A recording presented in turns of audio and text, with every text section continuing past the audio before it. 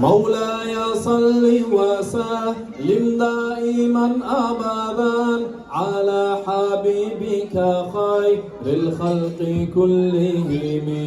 مولاي صل وسلم دائما أبدا على حبيبك خير الخلق كلهم. Elhamdülillah Allah harmakta olanı yesi, kudretinden oylasa ulumlu kalmayesi. Kudretine bağrına gözleri yarılığımın, sağlamakta olan ekmek elleri tarıklığımın. Acayip gözlülüğünü seyretken sen göregen, bir oğuşlu kurakta bin türlü tülveleyen. Bin türlü türleri bulan maktavul etse kişi, nimetlarına göre el gönlü bulmaz işi.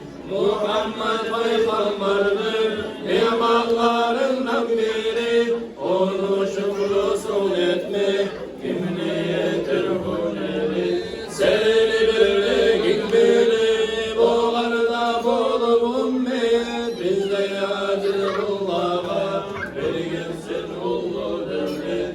Ya Rabbi bizge bulay ullu devlet verginsin, bulay ullu nimetla bizin layık görgensin.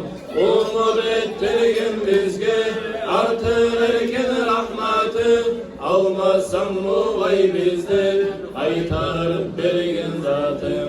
Ahiret safarından yollaş et bizge onu, ayırma onu bizden imtihanlı zamanla. Gözden ayıp bulsak da bir etkimiz yürekten, Muhammed Resulullah'da inanıp görmesek de, gerçek tasdik etken son dünyada görmüyorsun, cennette nasip etsin görmek nedir yüzün. Kimseyse ol Resulullah kıyamet gün şefaat, salavat olsun bugün taatını işitken saat.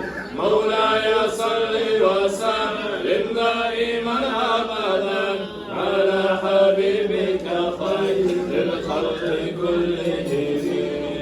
Allahümme salli ve sellim ve barik aleyh. Mevla'ya salli ve sellim daiman abadan ala habibika hayril halqi kullihim.